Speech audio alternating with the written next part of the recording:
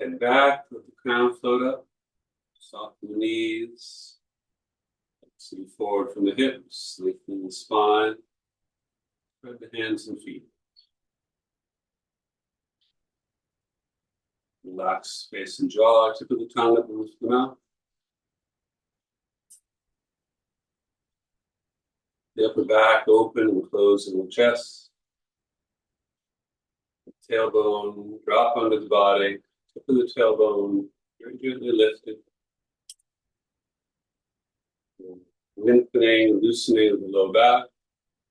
The breath starting to gather in the abdomen. Cup the hands and feet. And the weight sink down through the whole body. Legs, feet down into the floor.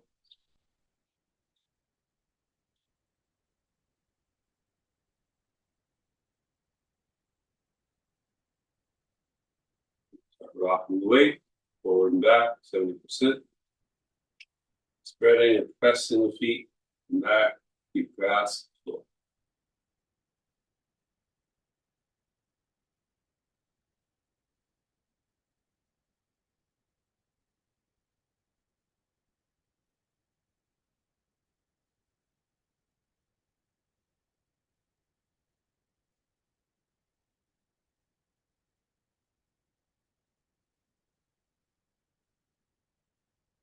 Feet change shape.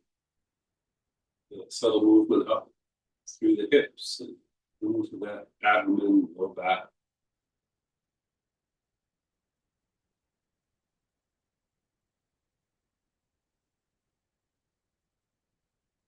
Side to side.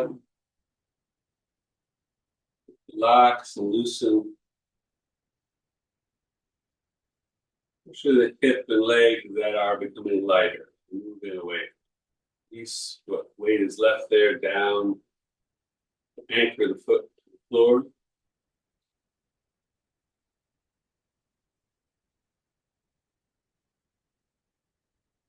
Go diagonal from one corner to the next.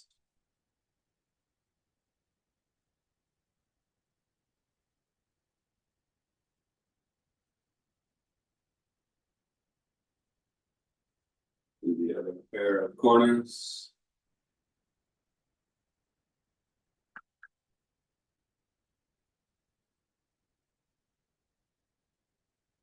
Circle. So these few movements should be enough to really wake up the feet. Start to loosen the hips and feel a little activation, a little mobilization of the abdomen, the low back area.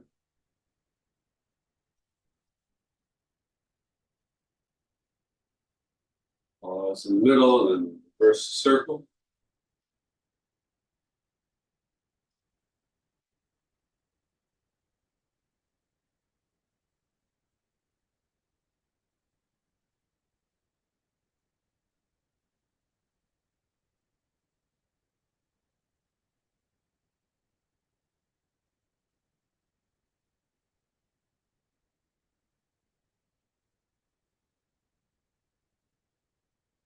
Up, open front. Down, open the back.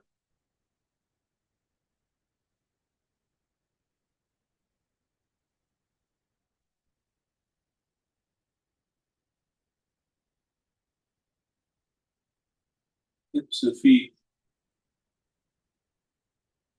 stay stable now, but we still feel some subtle change all the way down through the body. Feel a gentle opening in the hips, spreading the feet grabbing the floor again, but without the weight shift. The tailbone stays dropped in the body.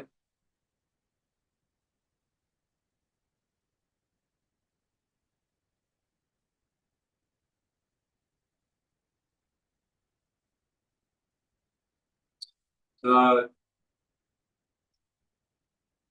shoulder and hip.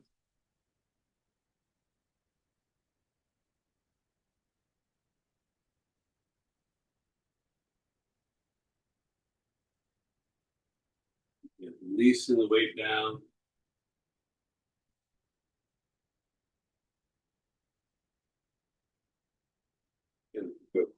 corner.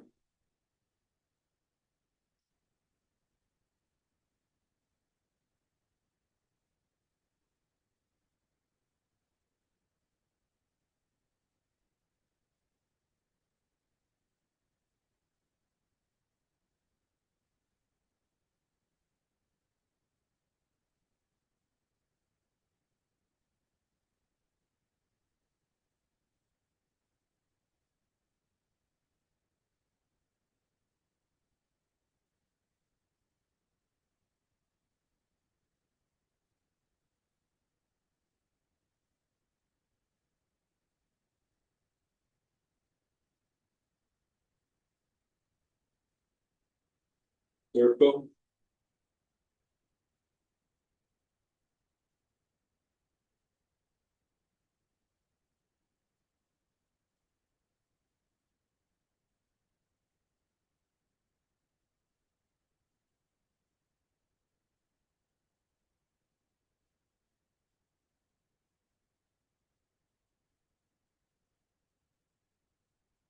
Middle. Reverse.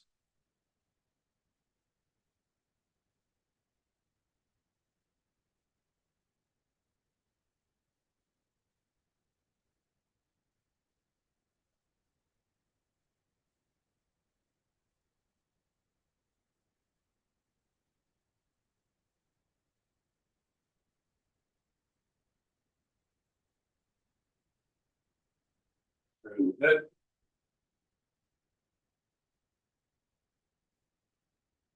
Gradually working down through the neck.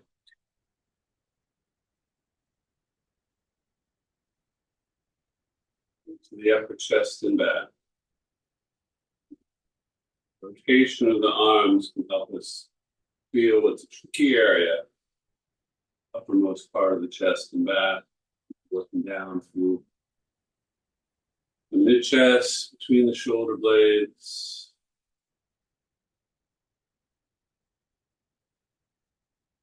Mid back. Lower ribs. Abdomen, waist. Top of the hip bones.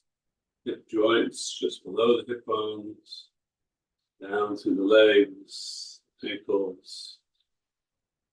Feet stay planted, we can still feel that twisting happens inside the feet. Small joints, muscles. Shift the weight and toe out, lift the toes and lift the heel. Stretch the ankle without forcing it. The wrists. Heel, toe in and toe out just from the ankle. No hip movement. Same with the wrists. Side to side with the wrists. And happening really in the elbow. Then toe, sole in, palms up, sole out, palms out. Keep it in the extremities. On the ball of the foot, draw a big circle over the knee, relax the hip. Circle the hands if you like. Reverse.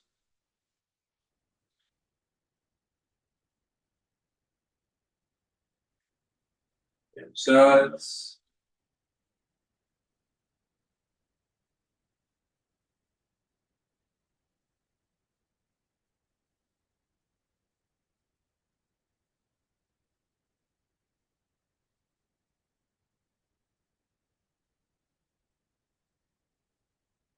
Go up.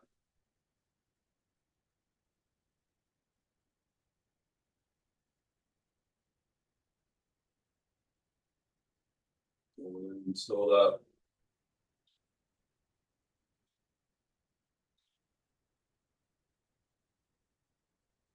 Circle.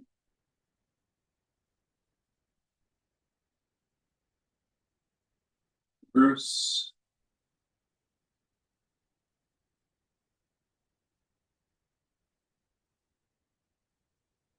Knees, tuck, untuck. Stretch out the lower back, shorten the front of the abdomen, stretch out the front.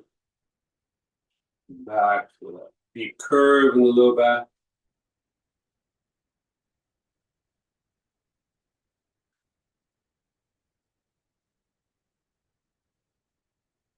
Up one hip, knee bends, one down, one up.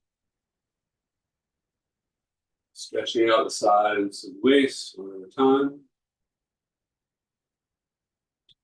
We do the corners here too. Diagonally from corner to corner.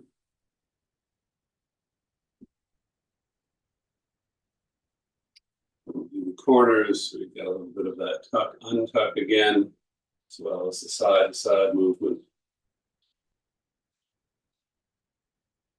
And circle.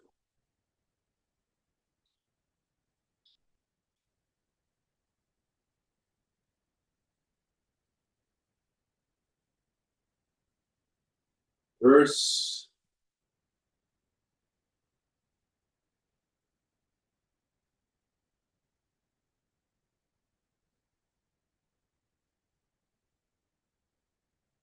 Spider step.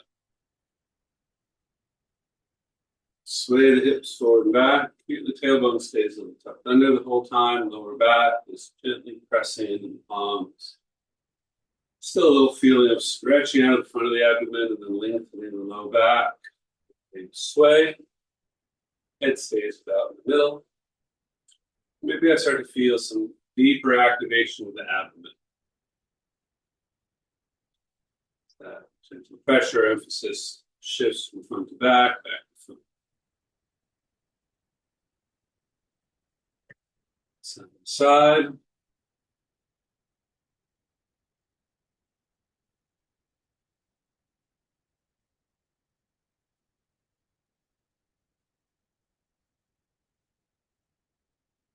Corner to corner.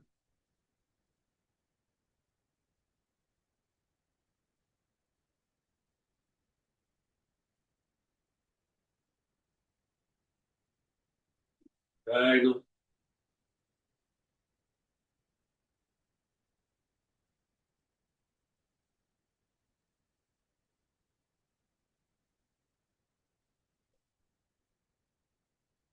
Circle.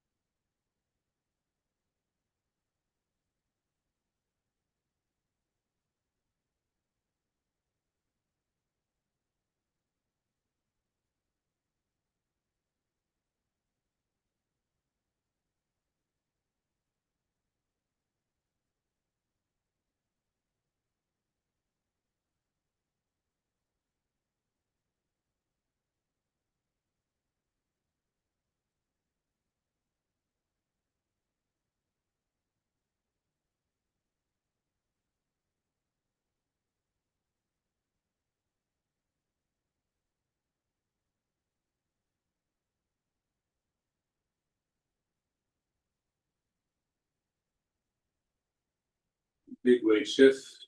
Still 70%, just a wider stance, and deeper. Again, giving some attention to releasing down through the lighter leg. And keep that leg planted. Tailbone dropping under will help with that. Getting that nice round arch of the legs. Feel nice and easy. So nice and strong and rooted. Turning from the hips, same idea. A little extra attention to that back leg. Sink that hip. So we have to stretch out the front of the hip joint a little bit. The knees move very slightly forward and back. They don't wobble inward at all. I want to feel like there's a stretch happening in the front of the hip here, folding into the opposite side. Shift and turn.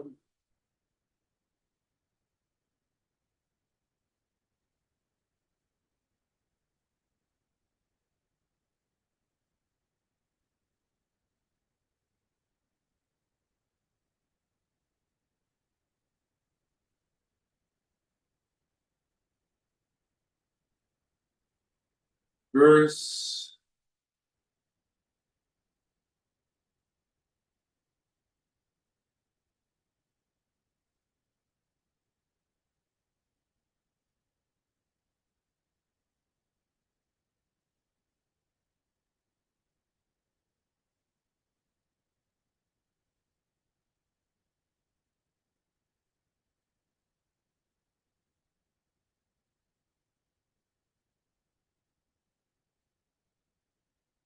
Turn out one toe.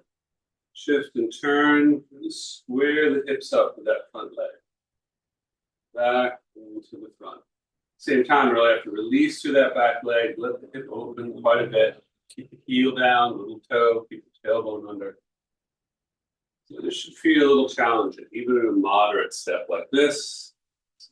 A little bit down with the hips and knees. Very slight squat. Feel that back leg stretch out to the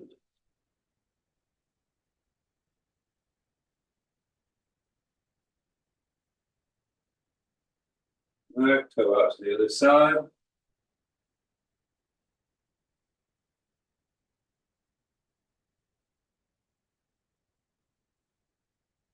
This gentle stretch is really perhaps the most essential one for doing proper Tai Chi walking, especially in the Yang style Tai Chi. It's the most common. We're doing here. Relies on this kind of bow stance quite a bit.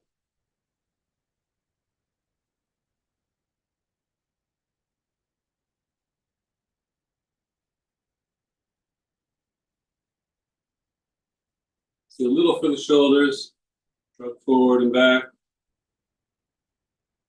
Bring the shoulders back, also squeeze them down a little bit.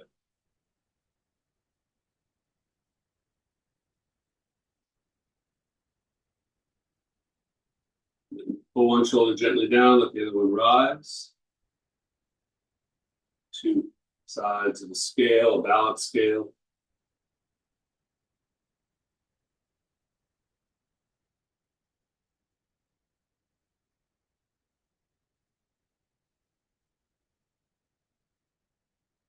Roll the shoulders.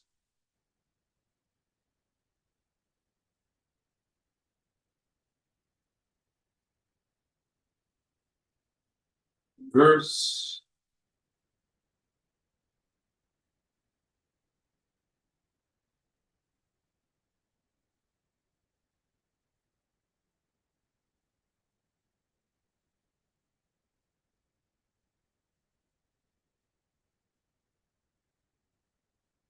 The arms up, extend them back.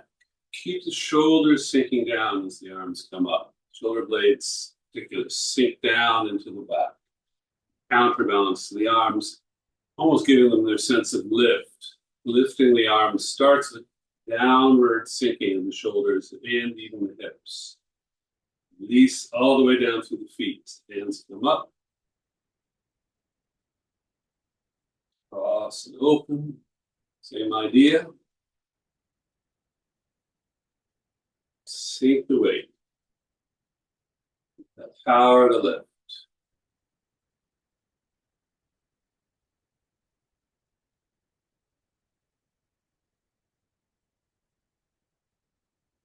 Especially that area in close to the neck. Feels like it's gently sinking down or at least remaining soft rather than pulling up towards the ear. We don't want that area of the shoulder to bunch up.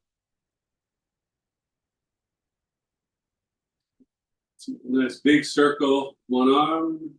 Let's do a few of them. Reverse.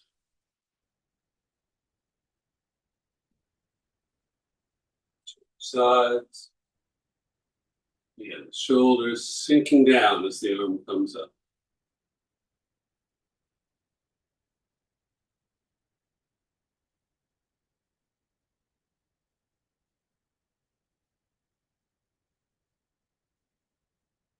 And again, we're going to turn from the hips. We're going to let that turn of the hips sway the arms. That's heavy. Spread the hands out just a little bit, help release the shoulder. And just pat the body. They feel a little heavy. You can pat, putting any extra effort in. But I want a little percussion to help relax, improve the circulation in the hip area.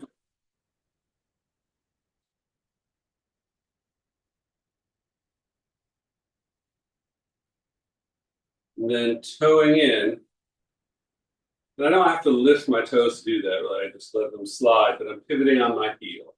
Toe in, closing up the hips, and then toe out. Here the toes can come up a little bit. And both hips are opening up. So again, the trick on this footwork is that we're really paying more attention to how the back hip opens up. Front one will take care of itself. So feel that swing open like a hinge. So like I'm like a gate on the gate post. So that way my hip isn't swinging out or my knee isn't twisting in, because that wouldn't be a very solid gate post.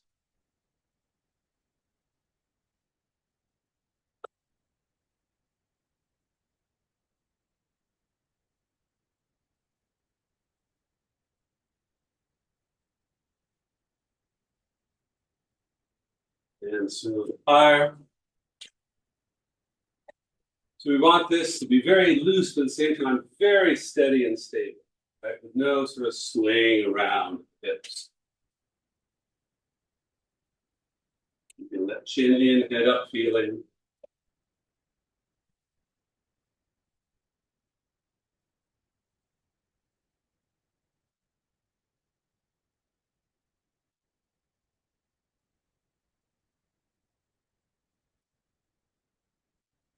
Turned out, I'm really giving quite a bit of attention to that back leg, what's happening. The connection between my hip and my heel.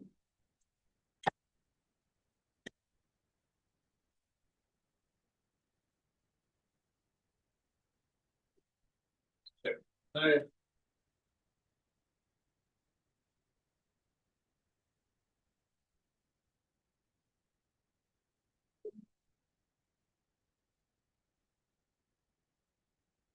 Get on with our walking. Actually, before we do the walk, let's come back to this move. Wild horse parts its made. So let's start with one hand right over the other. I'm going to moderately wide, deep stance. Again, if we start, if one hand's about mid-chest height and the other is perhaps a little bit below the navel, centers of the palms in the center of the body. As I start to shift my weight, it starts with a little compression, right? Just letting that upper hand sink down. As that hand sinks down, feel perhaps like it almost starts to lift the other hand.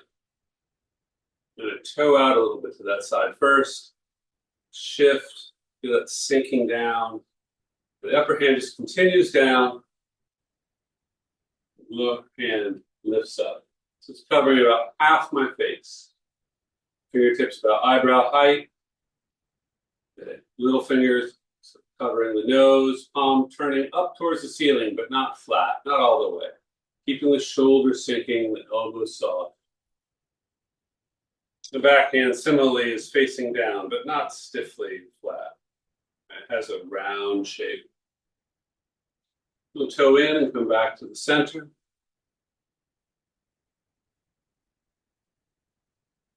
You can see how the back leg and the back arm are basically the same angle.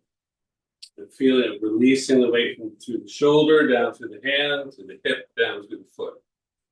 And that is the counterbalance, creates the lift on the other side. Sink down, release up.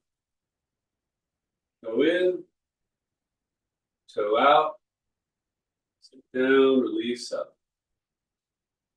When I say down and up, I'm not actually changing the height of my body. My height is going to stay nice and level.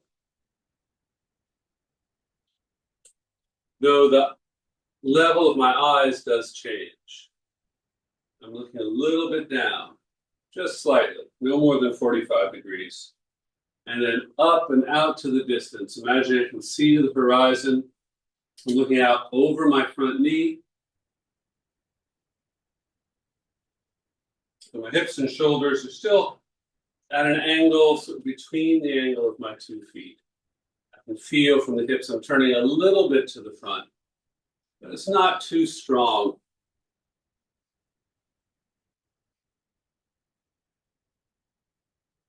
Not a big twist. I'm not squaring my hips up with the angle of the front foot, as we often do in Tai Chi. Here, a little more open feeling in the hips.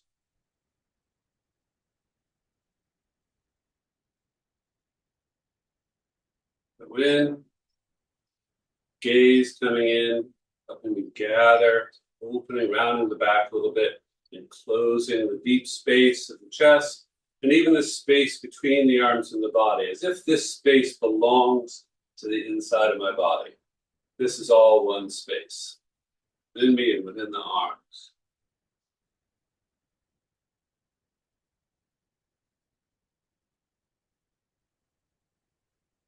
Final weight distribution is about 70% on that front leg.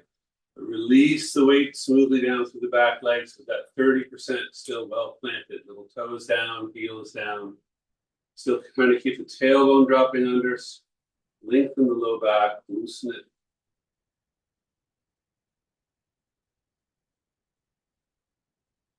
Chin is on the back, crown is lifted. So it's the same posture.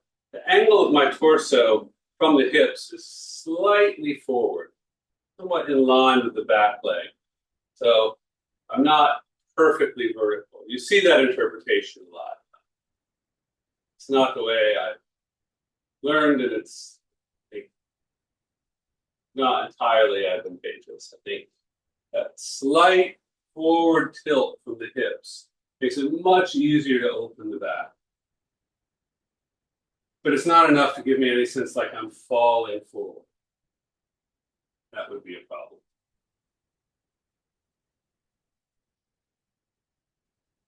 That wild horse parts its mane. When I toe in, if I wanted to, I could step the light foot in. Now I'm looking to the next corner. You can see some turning. I even feel that in the hip. But again, this leg is like a post. This hip doesn't sway out. I'm turning in this direction. So normal step, a little bit back and out. J shape.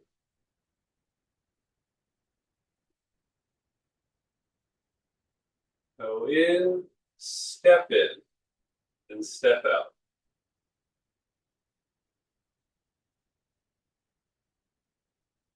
Go in, step in. So feet are parallel here.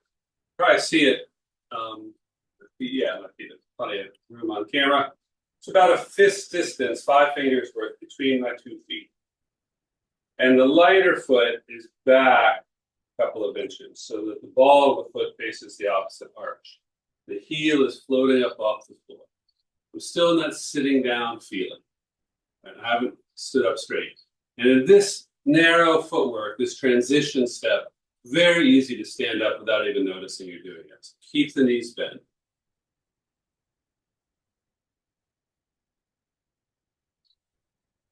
Back, step in. Right, so I did not rise up.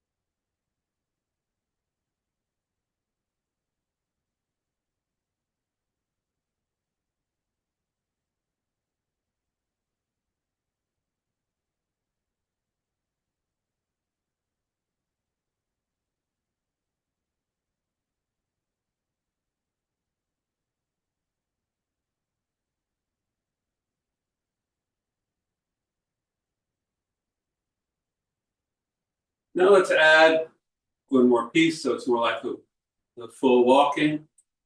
I'm going to sit back front toes come up, toe out a little bit, and step in. This means that I have a much bigger turn to get to the next corner. Again, I don't want to feel like my hip sways out as I turn to this side.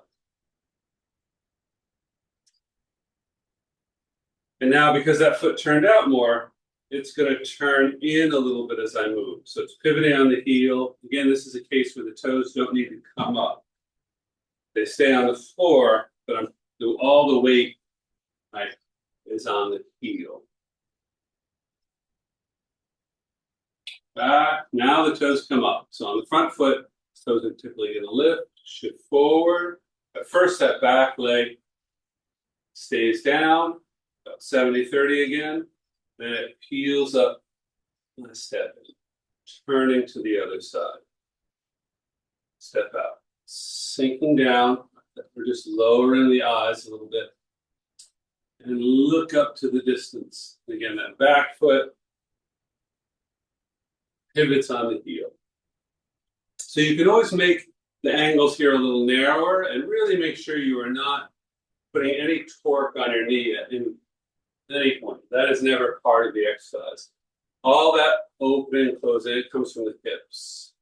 So however far you toe out here really depends on how flexible your hips are. So we don't push that. And we did a lot to try to stretch our hips gently out already.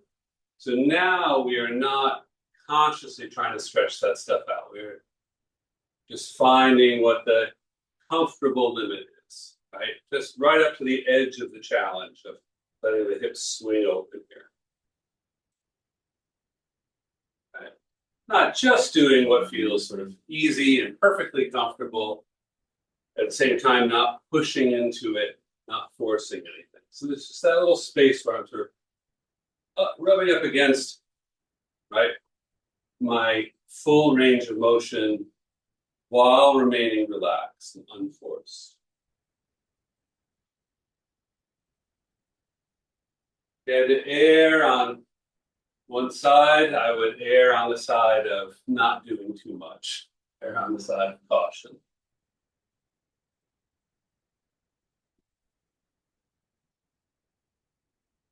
So now we have our full walk. Very conveniently, I'm not going anywhere. So by convenient, in this case, I mean I'm staying right in front of the camera. Everything's staying nice and visible, but also when I'm in a place where I want to practice, but there's not much room, this is nice. I can do everything within 1 square meter.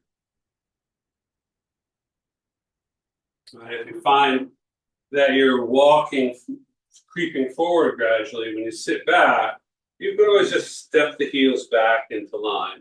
Right? So I'm toeing out, but I also could adjust my foot back. And that way I'm really just going to stay in exactly the same spot for several steps. Again, sometimes very convenient, especially when I started teaching online. If you've got a small living room and you want to practice in the winter and it's too cold or the weather's bad, then you've always got room to do it. Just push the coffee table out of the way.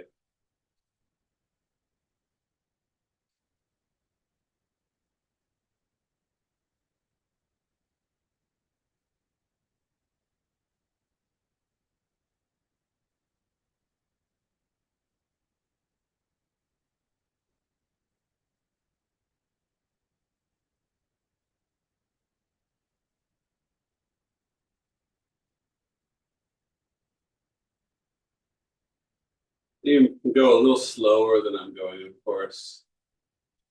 I'm teaching, sometimes I speed up a little bit just to get a few extra repetitions in, allotted time.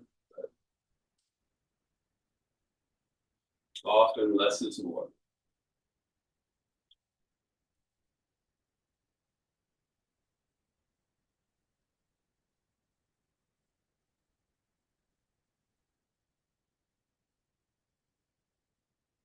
I think doing it in place like this is in some ways more challenging, but it's really good. You can really think about all the steps very clearly this way and sort of how to control the space and where your body is. More typically, of course, like we've been doing, it's done as a walk.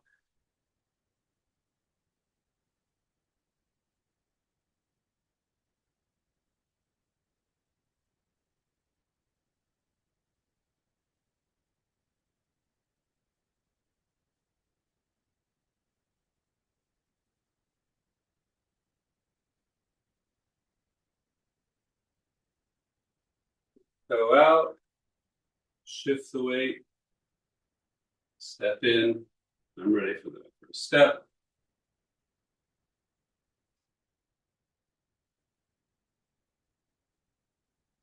You can see how the back hand and back foot come in together. I think it's helpful to notice that. Big, right? I say toe out, but really I'm opening the hips, both of them. The back hip is perhaps even more important than the front. Again, depending on how far my toe turned out, it'll turn back a little bit here until it's a really comfortable angle. Here's the maximum stretch where I'm opening up my hips. And I step in, feet parallel, a little bit of opening, not quite as big a stretch. So back, and again, open everything up. This stretching it. Here I am walking out of the frame. I'm just going to turn back, step in.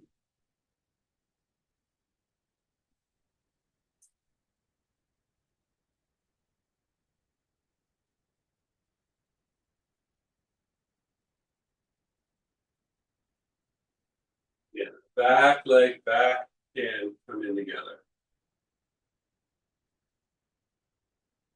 And everything finishes at once. Right? My weight shift, that little bit of turning to the front. Right? They both work together to make that back foot pivot. So that pivot of the foot ends at the same time in the movement of the hands.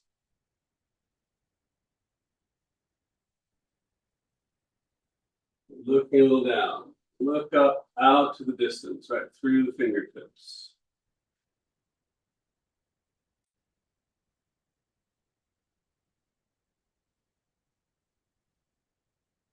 Back. So when I turned back there, what did I do? I just kept my weight on the front leg and pivoted. So the toes just stay down, pivot on the heel. And these are all heel pivots right now.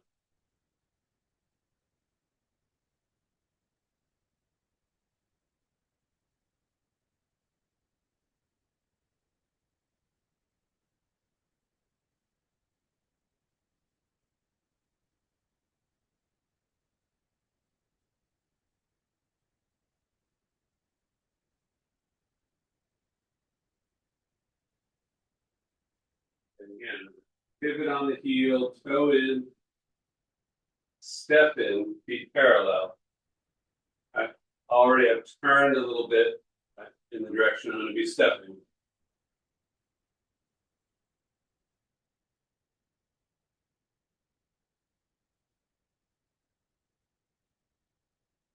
This is real Tai Chi walking. Right, we can practice just the stepping and the leg, the footwork, as we did for a while, but it's not really Tai Chi until you integrate some kind of arm. There are a lot of different possibilities there. Yeah, I'm just going to turn back in, step back, feet parallel.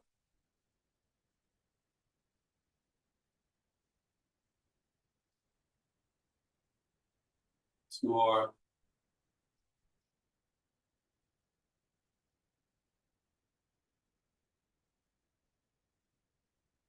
Heels together.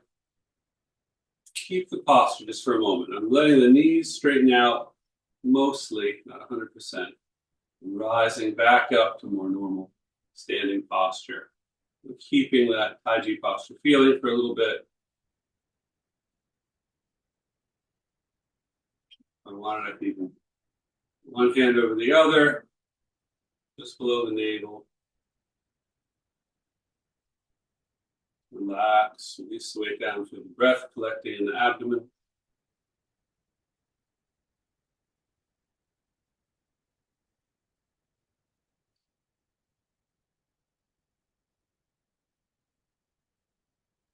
Maybe next week I'll really talk a little more about breathing, but the main idea is you should just be breathing smoothly and freely the whole time. You're not timing the breath with the movements, and we don't want to hold our breath at any point. We're concentrating on the choreography, footwork, whatever.